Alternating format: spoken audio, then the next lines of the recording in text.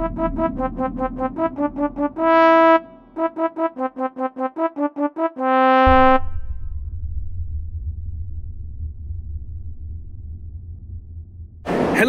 and welcome to the 1218 show. I am very lucky today because I have another guest, and it has been a while since I've had one. But this is my friend Robert Carroll. We will. The story of Robert and I meeting goes way back to when I first moved to New York. Actually, when I first started working at Bar Coastal. We had a mutual friend, his neighbor, and a longtime friend that's since passed. I've talked about him in the past when we talked about a Kentucky Derby episode. Is Old Man Pete, as he was affectionately referred to, and he introduced me to Robert here, who I call Bobby when we're out just having fun. But he is an entertainer of all sorts. He's done theater, Shakespeare, and he can juggle. He can walk on stilts. He's been in all the parades, ticker tapes, all those kinds of things. He's traveled the world. He's an extremely interesting person, and I was lucky enough to get him on my podcast today. So Old Man Pete used to call him Bobby the Clown. So he's also an author, by the way. He and I collaborate on ideas and motivate each other to work on our books. So please welcome Robert Carroll. Hello. There's the man. So let me tell you a quick what I know, and then I'm gonna kind of let him take the ball and run with it because the story's too interesting not to hear it from the horse's mouth, as they say.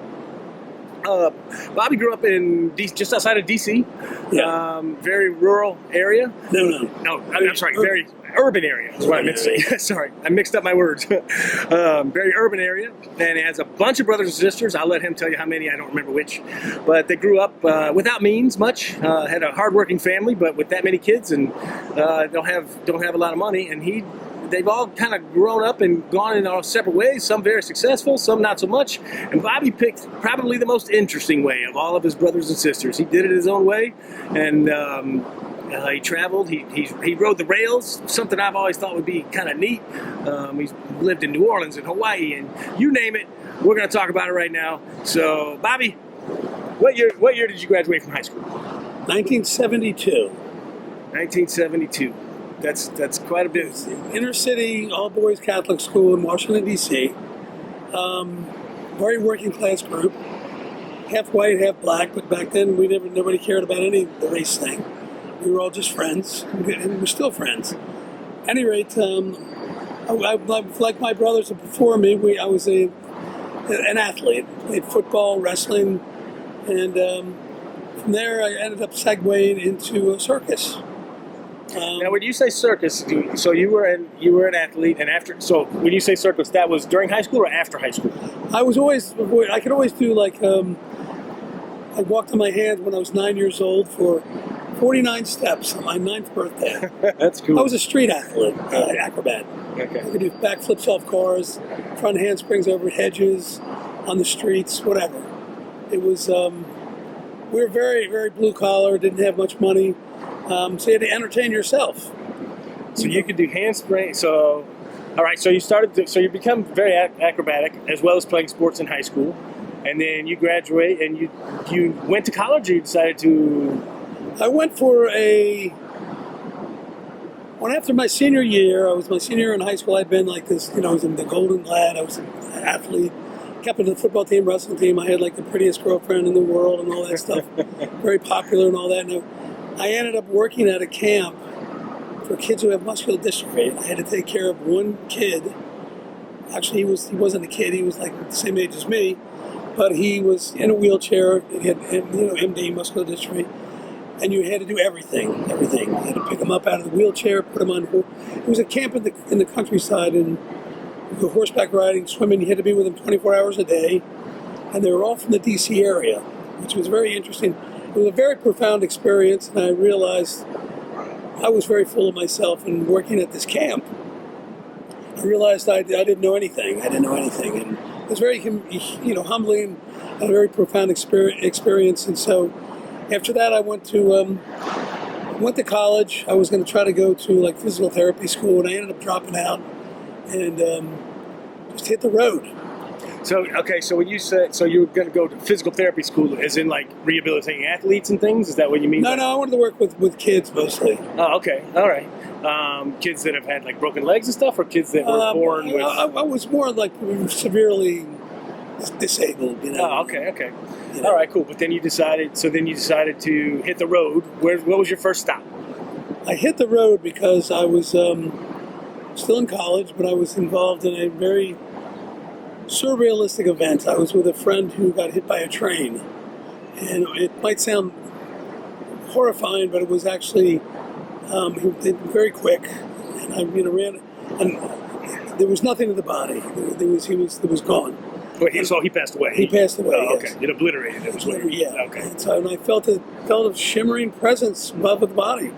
Me and another person, the person I was with, and long story I don't want to get into, but at any rate, I realized this life is very short. So I dropped out of college and always wanted to travel and hit the road. First place I went was New Orleans. Okay. Always wanted to go to New Orleans, and I went there, and that's when I became worked in the bar business down there for a while. So hang on. So we went from DC to New Orleans. How did you get? Did you drive that, or was that? No. I hitchhiked. Hitchhiked. I hitchhiked In the 70s. in the 70s. All right, that's cool. So thumb out, walking down the Thumb out. street, thumb out with a little bag, little hobo bag. I did have a little hobo bag. A little hobo bag. Kind of a big thumb out. backpack, actually. Yeah, yeah. And I just was hungry to see the world, and I traveled all over. Did you get so? Was it like several people picked you up, took you a little bit, or did one person just happen to be like, "I'm heading that way"? No, anyway? no, it was I had stopped all along the way. Wow. The mountain.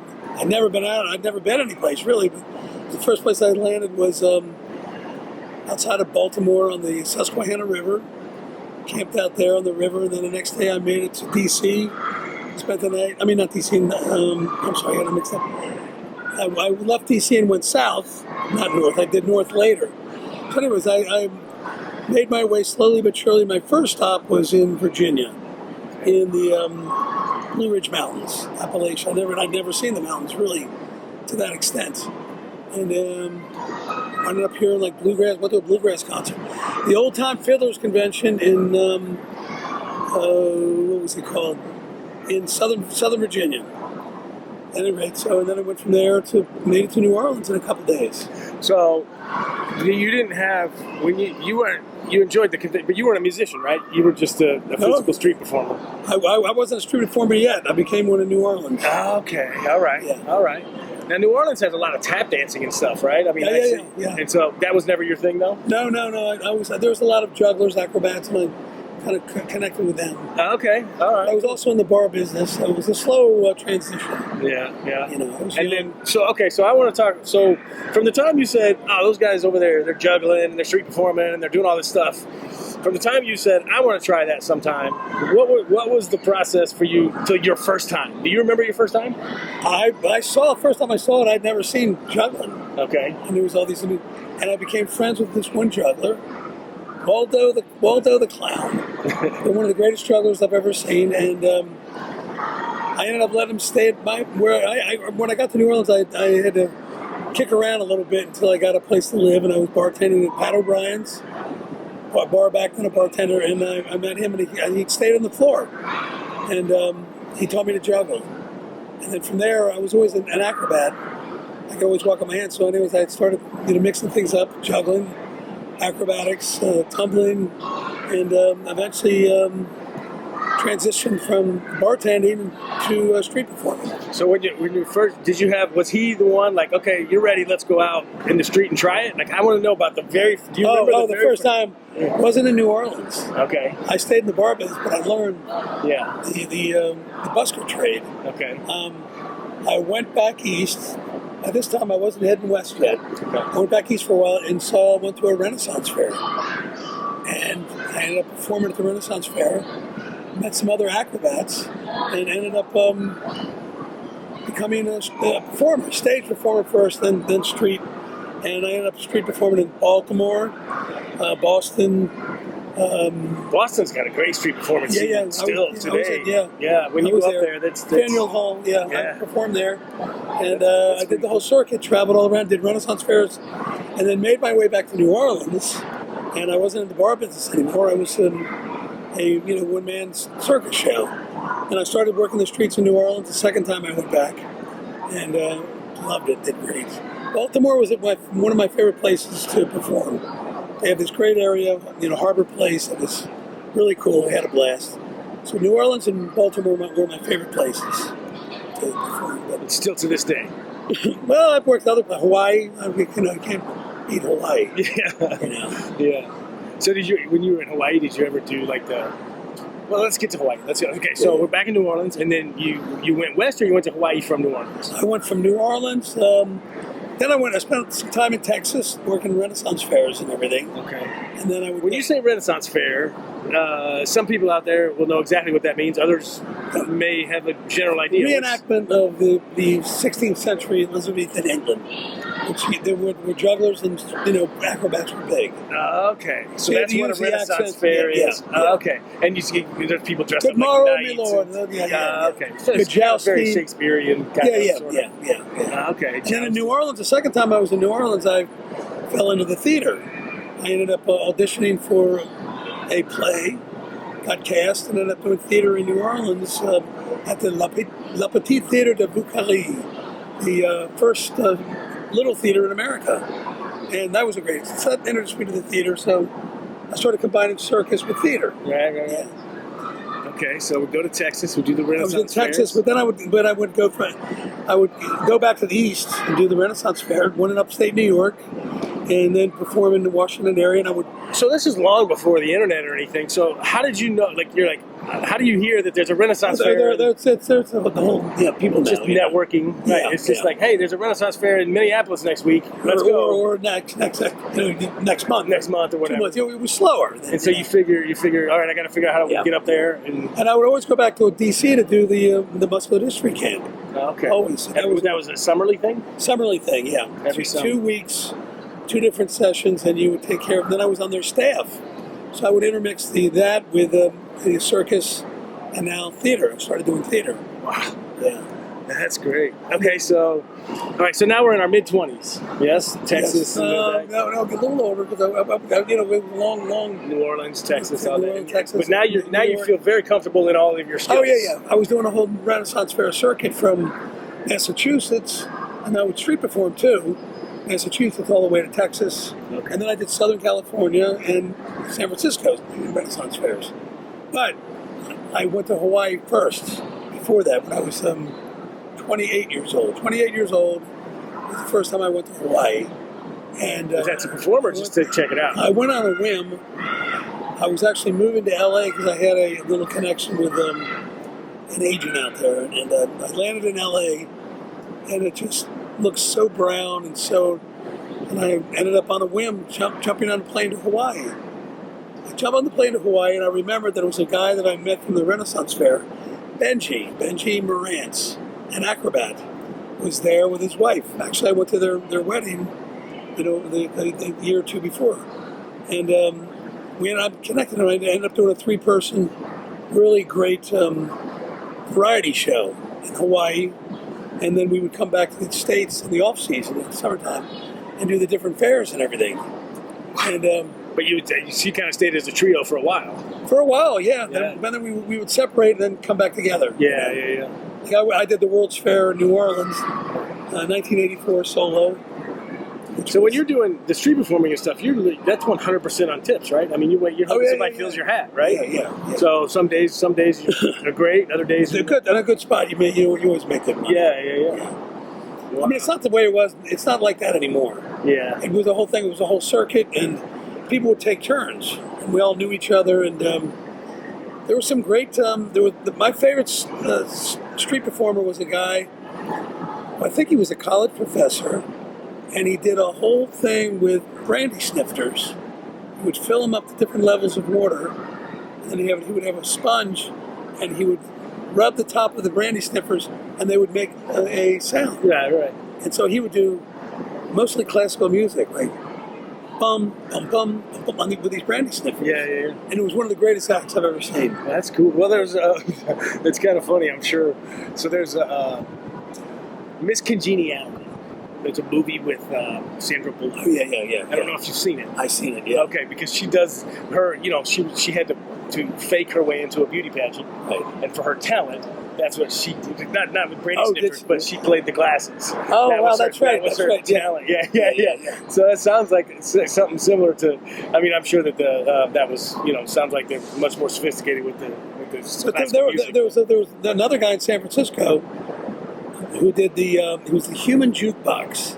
He had this like wooden box, cardboard probably, and you would go in there and put money in and pick a song, and he would pop out with this little trumpet. I think it was a trumpet, and play the song that you wanted. No shit. Yeah. And the guy who did this. The Snifters made a fortune. It was great. I'm out there doing tumbling over, and it was very difficult.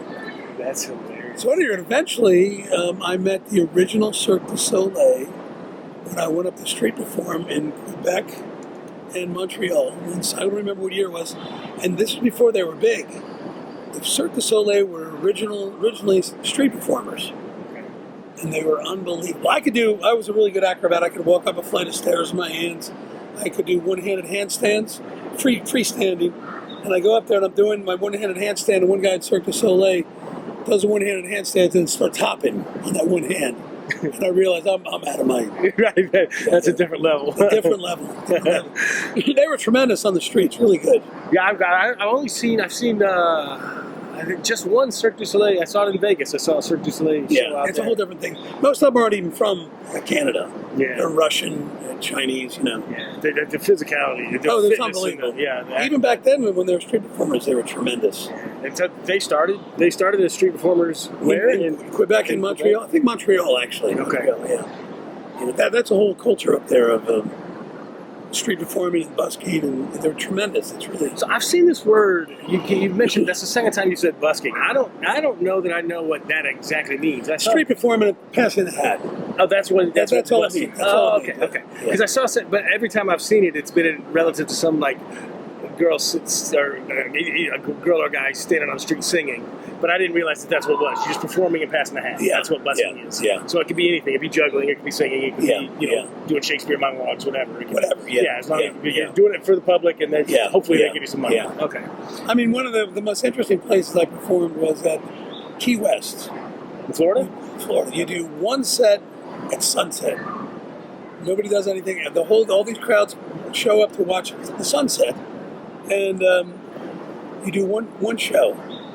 And usually it's a couple of different areas, and I did one show there, but it was only one show, and it was like a lot of very territorial in the street performing, and there was very territorial. So I did one show, and that was it. Yeah, I bet if you're not the normal person that gets there, you can't just go in there and kind of nudge your way in. I did. They let me in. I knew some of the guys. Oh, okay. I mean, I'd been around and everything, but it was still some fights and shit back in the day. I mean, you see that shit? Oh my God! You can't believe people are so. Oh my God, they get territorial. You see somebody dressed up as Spider-Man who's dirty and fat. Those guys are awful. Yeah, and then you 10 feet away, you see another guy who's actually looks like Spider-Man, and then some family will go up and take a picture, and then this guy will come up and say, "Hey, that was my customer," whatever. It's like, no, you're a fat, dirty Spider-Man. We want the real. I don't really see street performing anymore. I don't do it. I haven't done it. It is a young man's game, but I remember we would clash in New Orleans with the tap dancers. Because you'd be in the middle of a show and you'd have a huge crowd. There's a whole art to getting a crowd. And they would be on the fringe of it, stealing, and you'd be like, come on, man, come on. So it was always a... Yeah, that's rough. Jesus. Man. It was. But anyway, I did the streets, did all these different festivals and everything. Hawaii was cool because we did the streets in Waikiki, but we also did all local parties, like luau's. So they would see you on the street and hire you from there and be like, "Hey, do you guys want to work this party for me?" Well, we had a network. We became very legitimate in Hawaii. Okay. We did all the army. Like we'd set up when we did a street show, we set up a whole stage, and we had our own spot. It was just for us. Okay. In Waikiki, and then we did the army bases, the Kaneohe, the Marine base, Schofield. That was the army base, and then the parties for all them too. Okay. And that was great. That was great. It was a lot of fun. Did you happen to, and I don't know if I don't think this is a personal question, but did you happen to keep a diary during all this? No, but I remember it all. Yeah, but I was just wondering. I mean, how the little deep, like day by day, you could be like, oh, on, July 15th of 1987. No, I did. This is where I was. But I did write a book. Yeah, that includes a street performer. Well, okay, so yeah, we're gonna get to the books here in a minute. All right, so we went to we went from so now we're in Hawaii, and you were there till when? Yeah, I would go back like 4 different times. So okay. It was so last time 80, late 80s. No, last time was late 80s. Yeah, like 86, I think, 87. So when did you stop the travel performing and kind of just like hold up here in New York? When did you? Let's see. I moved to LA with my. I lived in LA with my wife to be. We weren't married in late 80s, early 70s, early 90s. Okay. And we were both trying to break in. We met doing Romeo and Juliet. And when I went back to do theater, I was doing theater in Washington D.C. I forgot about that. I joined this theater. Worked at this conservancy called the Studio Theater in Washington D.C., where it was all straight acting, no musicals, and you would do start off with realism 1, realism 2, then segue into Shakespeare, great tragedy, comedy. It was all theater, all classical, mostly classical stuff. And we met doing Romeo and Juliet. Wow, that's cool. And we didn't like each other at first. Isn't that funny? But working on the script, we fell in love and all that. So we ended up moving together to Los Angeles, and trying to break into the theater. The movies and TV, and it didn't happen. It's very difficult. I didn't. LA wasn't for me. Yeah. So we went back to DC, and then she moved to New York, and we kind of split up for a while, and then I followed her to New York. After we got reunited. And so you've been here permanently since the 90s? And late 90s. Late 90s. Yeah. But you did. So you still perform today, but you don't go more than like 100 miles away, right? I mean, not going more than 100. Yeah. Tri-state area, Connecticut, parts of Connecticut, Long Island, New Jersey, and New York. So I think one of the interesting things that I learned from Bobby, and I don't know if I'm allowed to, and I won't. I'll let him tell you the secret, but he used to eat fire. And they have, and so when I first met him, I had seen him perform a couple different times. There was a grand opening of a bank and different things, the grand opening of a bar, and he would get hired to do these jobs. And I knew him from the block, but it would be funny when I'd walk down the street. There he would be in full costume, entertaining the people, and he used to take the swords and eat and light them on fire and then eat the fire and everything. And so I asked for the secret later on how do you do that? How do you do that? And then when he told me, I was like, oh my God, that just seems so risky. But I don't know if we're allowed to tell the world what the secret is, are we? Not really supposed to. Well, it's basically applied physics. A lot of circus stuff is applied physics. When you're doing, or this actually would be more applied chemistry. Fire eating, what makes fire burn? Oxygen. Oxygen, right. So when you eat fire, you light the fire, and then you do a couple of lines to let the fire burn down a little bit. You don't want it flaring. And then you put your head back. You can't just eat fire like this, you'll burn your face. Head back, and you put the torch in your mouth, like this. And when you're putting the torch in your mouth, you take a breath before the fire gets there, and you breathe out. So you're expelling carbon dioxide. So you're putting the lit fire in your mouth, but your mouth is full of carbon dioxide, and it's fairly lubricated from sweat and spit and everything. So put it in, and then you close your mouth. You have to let it sit in there for a while, and there's no oxygen. Then it's out. So it's about oxygen. That's crazy. So it's just first time you do it, you're like, what the? Yeah, and if you accidentally breathe in, you're gonna burn your lungs up. You'll burn your whole lungs. So the whole thing is about exhaling on the fire as it comes in your mouth. That's crazy. When you told me that, I was like, man, I don't know if I would have the guts to really try that one. No, the first time you do it, you're like, you gotta be kidding me. Yeah, I'm sure. Jesus, that's what. So and that was. So that was it was just like on a pole, a little ball, right? Is what you did. You didn't eat swords or anything like that. No, I just had a lit fire torch. What was the knife eating? Like you didn't. Oh no, okay, but I've known they're called blockheads, Coney Island blockheads. I've worked with them a bunch, doing parties, and one guy would show up. He would take a light bulb out of the light bulb there, put it down, and then he would do his bit like sword swallowing. He nailed nails, spikes up his nose, nails really, 16-inch nails up his nose. And I asked him one time, what's the trick of, knocking the nails up your nose? And he like winks and goes, you got to use galvanized nails. And I'm like, oh, no, like that's the trick? No, I mean, first of all, why and everything, but exactly all you have to do is get a galvanized nail. I mean, these people are wild, the blockheads. But anyways, he would, at the end of his little bit, he would eat the light bulb. Other guys would swallow razor blades. I mean, I don't know how they do it. Yeah, that's different than eating fire. There's a lot of people can eat fire, but this stuff, they're yeah, there's got to be a trick to it. I mean, nobody's swallowing a razor blade. It'll slice everything. Yeah. That's got to be a trick. Yeah. Sleight of hand. Then I also work with mentalists who are just they're unbelievable. They're mind-blowing. You think they work? I mean, have you seen one? I know. I know it's a setup. I know they're it's very mathematical, and they're unbelievable. They can There's a silly read minds movie. and do all kinds.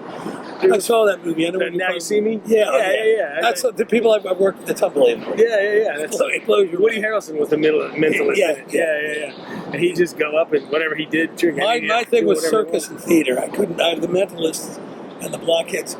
I worked for a while regularly with what they were called the mini kisses, and they were little people, and they would dress up as Kiss, the group Kiss. Oh. And I would work with them sometimes, and they were wonderful. I loved them. They were just very fond of them, and there was a whole group of them.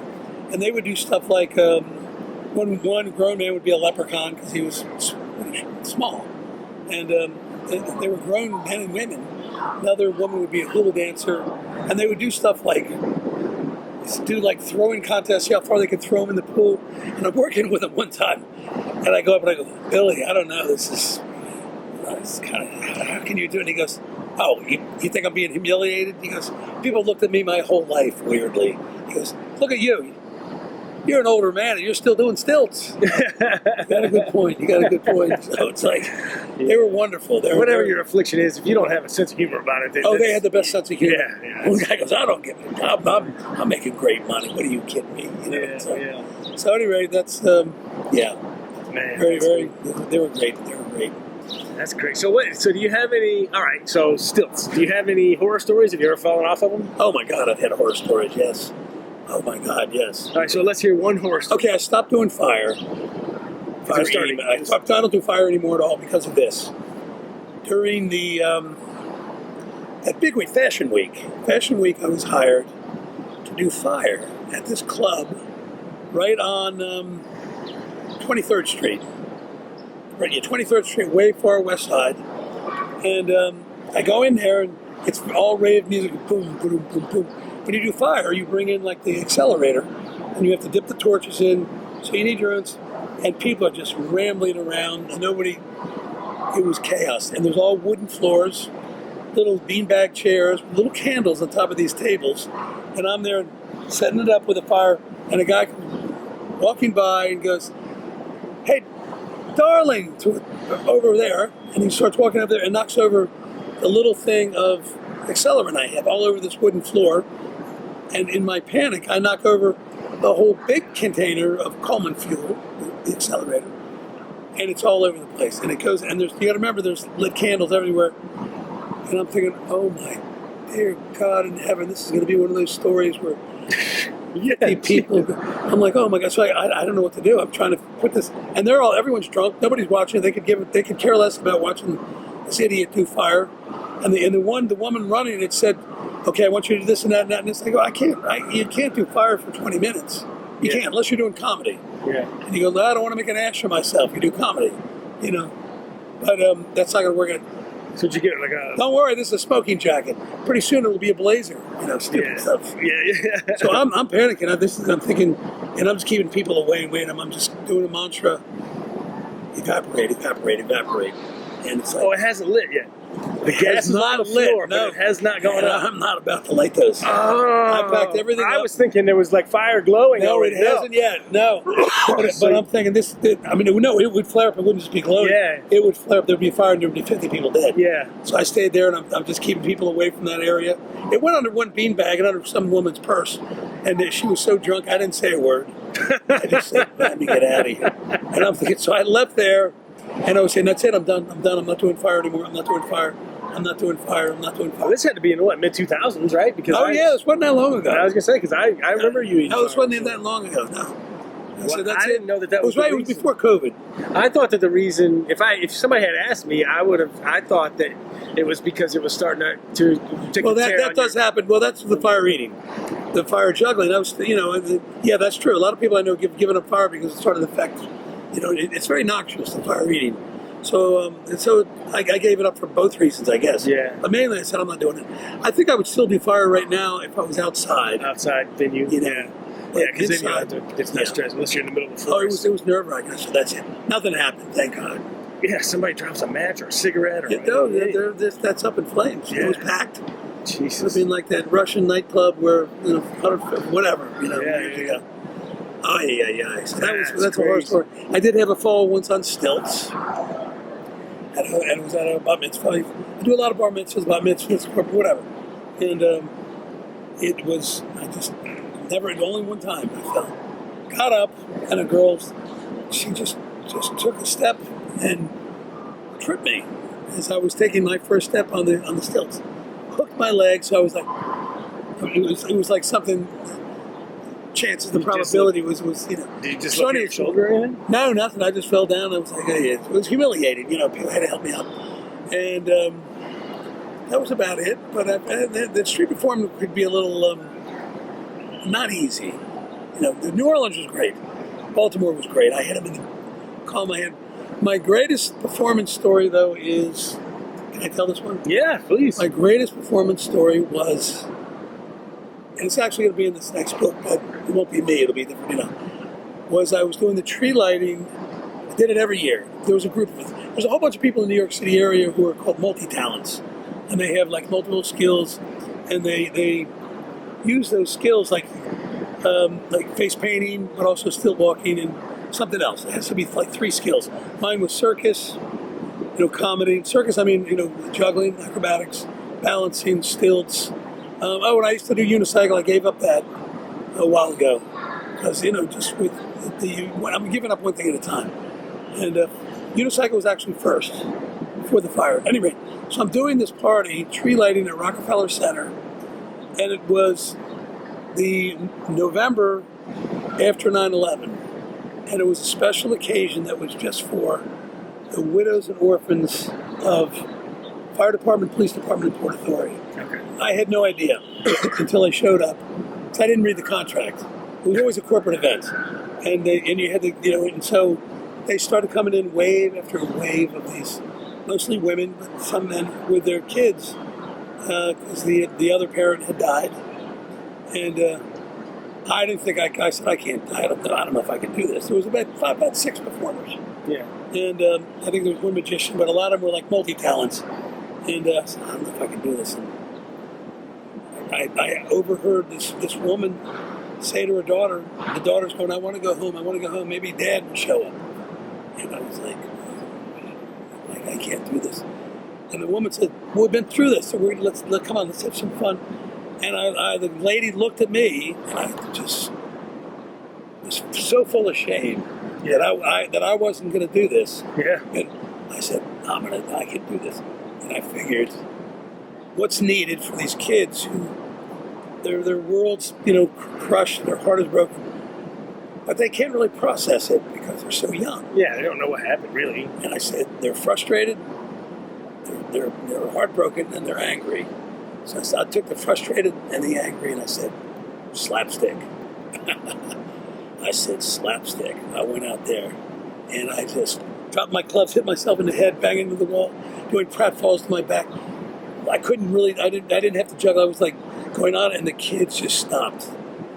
And I had them in the palm of my hand. It was the greatest moment of my performing career, was being with these kids from the NYPD, FDNY, and Port Authority who had lost a parent. Yeah. And having them laugh. And they laughed and laughed. That's great. I had them one kid peed in his pants. Seriously. I bet. You're probably 3 or 4 They years hadn't old. laughed. They hadn't laughed since September 10th. Right. And it was November 20 something. You know? Right. So I said they're frustrated. Yeah. And so I was frustrated. I like a combination of Charlie Chaplin and Buster Keaton. Hardly said a word. Put my hat over my head. I couldn't see. Bang into the wall. I got the clubs. I'm juggling. Hit myself with a club. Can't get the hat. I'm kicking the hat across the floor. And a couple other performers joined in. Started doing just wacky antics. And we had them. That's great. We had them. That's a great story. Everyone was nervous. And everyone was, like being on their high horse. And they were trying to be, polite and doing the right thing. And by the end of it, we were all a mess. And the kids loved it. Yeah. It was great. Yeah. Sure. That was the highlight. Oh, I bet, man. That's one way to. Yeah. I mean, God. That was a great one. Yeah, that's funny. You're like had these polished gems in your hand, and it was just like great.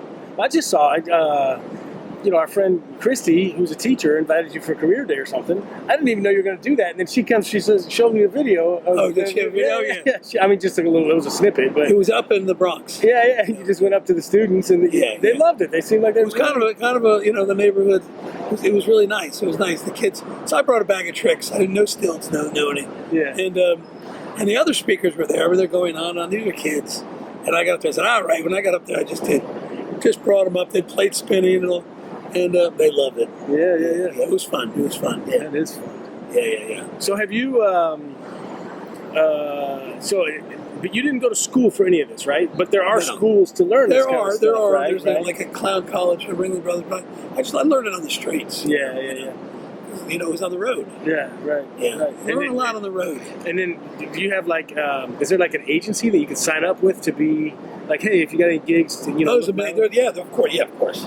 There are party planners and different agencies. It's different than theater where you have, because you have an equity and SAG. There's no union for this, and there's different party planners, event planners, and agents. Okay, so now, all right, so that's the nutshell version of your entertaining career from the physical aspect. But you started writing. When did you start writing? I wrote a one-man show about my travels a year ago, put it on stage, and it went nowhere. It was, I think there was actually a strike going on at the time that I wrote it. So I just did like 5 performances of that, but I had decided, now, and that was like more like a script, I decided I wanted to write novels. So I segued and, juxtaposed my experiences on the road and the different things that I've done, street performance, theater, whatever. And I'm really interested in history, so I'm doing historical novels, but I'm adding in, historical fiction. Yeah. Okay, so you've self-published 2 so far. Yeah. And you're working on number 3? I'm working on number 3, and that's the one. A lot of people say the third one's the one, and that's the one where I want to get a good publisher. Yeah. So we're in the same boat, really. So we put our. That's why we connected as friends, pretty much. So one of the reasons. I put my early on I was just the bartender down the block, but then we started talking because of theater and stuff back when I was still running out on auditions and things, and he had experiences and life stories. Told me about an agent one time that maybe tell that story with he had a big time agent was willing to meet with him as a favor to one of his friends. So he goes. He's all excited, nervous. That was a big break. I was just finished Shakespeare in the Park. Right. I was in the play there, and I thought this was my big break. Right. So you go into the office. The guy's on the phone. Right. He's talking to Harrison Ford on the phone, and he comes in and goes, "Nothing I can do. I just made the promise to somebody who was actually his, I think, a doula, and she's the one who set up the audition, and anyway, no, he went in and didn't even say anything." So you had this meeting, he's all nervous. I'm all nervous. Getting ready to go in there. The guy's like, "Ain't nothing I can do for you, dude." So, I only handle famous people. Yeah, next to me, you beat it. Like, what the fuck? That's it. He said, that was so deflating. Yeah, that sucks. She said, "Hey, probably got new headshots, all fucking, ready to go." I was ready to go. This is it. And nothing. He wasn't even interested in sending you out for Law and Order. That's hysterical. Which, by the way, he has been on Law and Order. He had It gets residual checks because it plays all the time. So that's I got 20 lines. That's great. Yeah. One time, the only reason I even knew that, I think he had told me, but I was never an avid Law and Order watcher. But one day I'm at home and it's on the background while I was doing something in the apartment, and I hear his voice. Yeah, as you can tell, he's got a really unique voice, and I'm like, wait a minute, what is that? I turn around, look at the TV, and there's Bobby on the TV in Law and Order. So that's a pretty fun story. That was a fun episode. I still get a couple bucks out of it now. That's great. Yeah, mailbox money. That's what they call mailbox money. But now my thing is the writing. Okay, so we did the first novel was self-published, second one was self-published. We did these they were almost, I think I released mine just a few months before yours. Yeah, it was in a couple of months. You were the one who gave me the inspiration. Yeah, well, thank you. I did my first one, then he had already written his first one, and we didn't really know how to get a publisher, and so he put his first one out. I had a friend that was a little more adept to doing the self-publishing thing, so he put his first one out, which was good. I read, by the way. I have not read the second one yet. I have it at home. I haven't read it yet. Shame on me for that.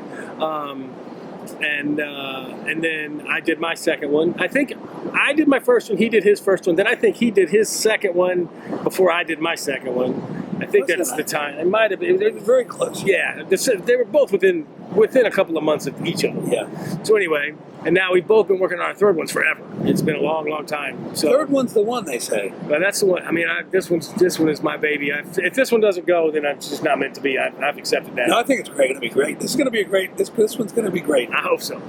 You heard it from Bob. Yeah.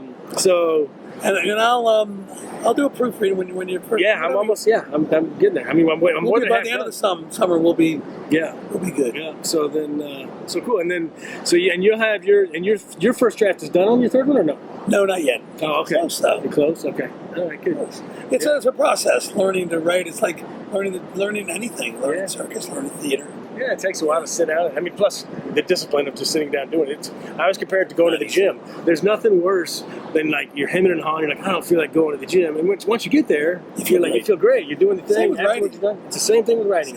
The hardest part is sitting your ass in the chair and plucking that first word out, and then just like then you're rolling. But what's her name? The writer. What's her name? I can't remember.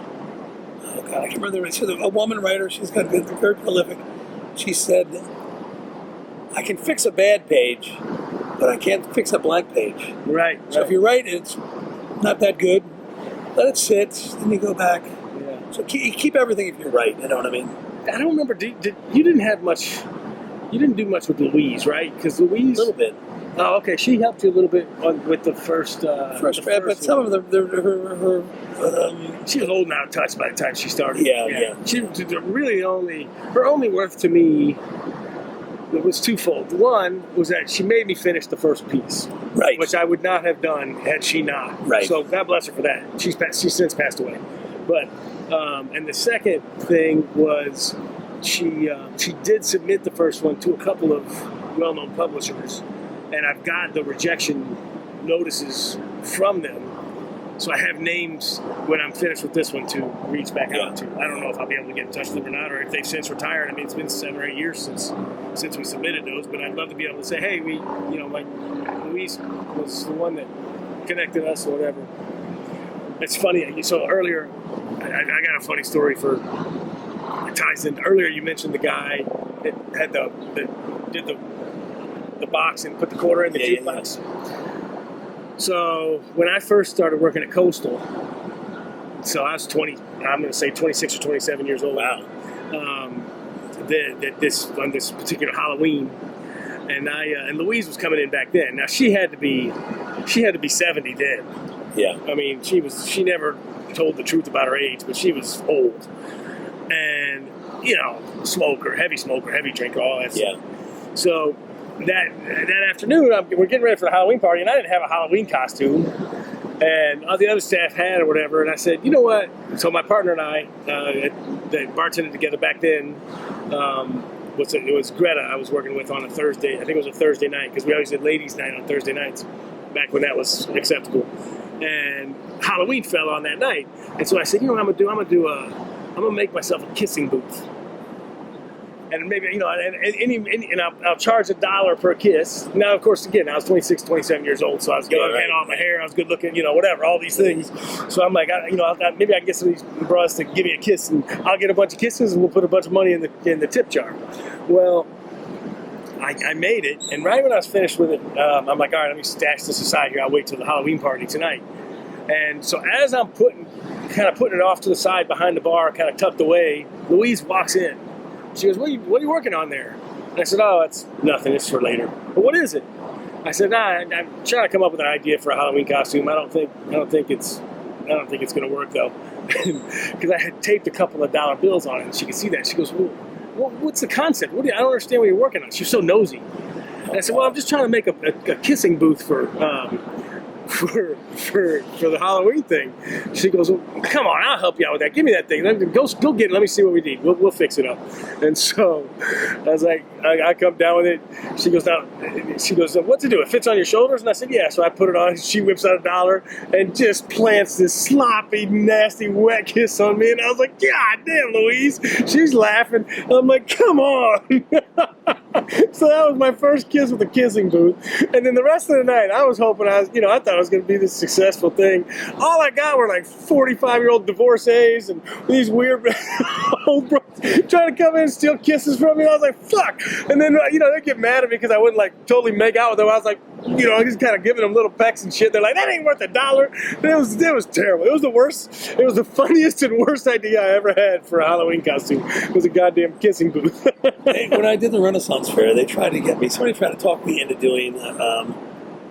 They had like kiss a wench or something, and they tried to do it with. Now this is years ago, and I said, no, I'm not going to do that. They had to kiss a lad or whatever. I forget. And I said, no, I'm not. No thanks. I don't want to. It would have been no. So at any rate, that was one of those things, kissing booths. Yeah, you think you're trying to be clever and might steal some kisses from some pretty girls, but I assure you, there were very few pretty girls that wanted to kiss from me. Life. That's right. Well, listen, Bobby, we're going to have you back on this thing a few more times. I love having conversations with you. For those of you that don't know, we talk weekly, if not daily. I mean, we live right across the street from each other, so we bump into each other constantly. We text, we call, we're very good friends, and we cover every single topic from politics to religion to the supernatural to the state of the world today to sports. football pools, drinking, eating, and entertainment. Which is our main tie. Musicals, Broadway theater, just song and dance. I mean, you name it. We are so much in common that we've really become really good friends, and I thank you for that, by the way. It's really nice to have. This is cool. This is fun. And so he will be on again, and we'll cover some other topics at other times. But I just thought that his story was so just interesting because it's not a traditional way to go about life, and I think that a lot of people kind of wonder what it's kind of magic. It's kind of got an aura about it where you're just like, man, I can't believe people actually do that kind of thing. Well, now you've met one, somebody that actually has lived that kind of life. So. Pretty wacky. I mean, I went to my high school reunion in D.C., Washington, D.C., and I remember it's the government, and people are this, and the guy's like, well, I own my own blah, blah, and I go, what do you do? And I go, well, I did a bar mitzvah last week, and these guys were all super successful. These guys are like, one guy's like a world famous architect, and it's just, one guy was the vice president of the Special Olympics. Another was the CEO, the lawyer with this, boom, I think. I retired. I lived down on Marco Island. One guy goes, when do you think when are you going to retire? And I go, maybe when I drop dead at the Rosenthal bar mitzvah. Yeah. One night. On stilts. It is funny, man. Jeez. Each to their own. Yeah, but you got the stories. They don't have the stories. Man. No, I wouldn't trade my life for anybody in the world. Yeah. It makes, it's just, you just have better conversations. The more experiences you have, the more conversations you can have. Yeah, that's true. And the more people you can get along with, the more, just, I don't know. Life. Yeah. L'chaim, they say. Okay, so we're going to wrap this up. By the way, just in case you're wondering, we didn't have an indoor space that we could use particularly today, and we were going to actually do this in, Bobby's lucky enough to have a little backyard in his apartment, but they're doing some construction next to it, so we came over to this little tiny courtyard and tucked ourselves in the corner. So if there's background noise or whatever, I'm going to try to get rid of that. But if there is, that's why we're outside in New York City, so there's bound to be some sounds and stuff on here that are maybe, a little bit disruptive. But I think that we turned out a pretty good one. I got 2 different audio recordings of it, so hopefully this turns out well. And I want to thank you for watching if you're doing it on YouTube, or listening if you are doing it via the podcast. And again, we'll have another episode up again soon. I want to thank again Robert Carroll. Please go buy his book on the website. As you guys know, I put all the guests on the website. So if you go to the guest page on the website, I'll put a link to his Amazon book, so that if you're interested in buying it or reading it, you just go to the link off the website there on the 1218show.com, and it'll just click on that. It'll take you to the Amazon page and give you the link so you can buy this, either one or both of his books, and I'll keep you updated as number 3, both of mine and of his, come out. So thank you very much for watching. We will we'll talk to you soon. Thank you. Peace.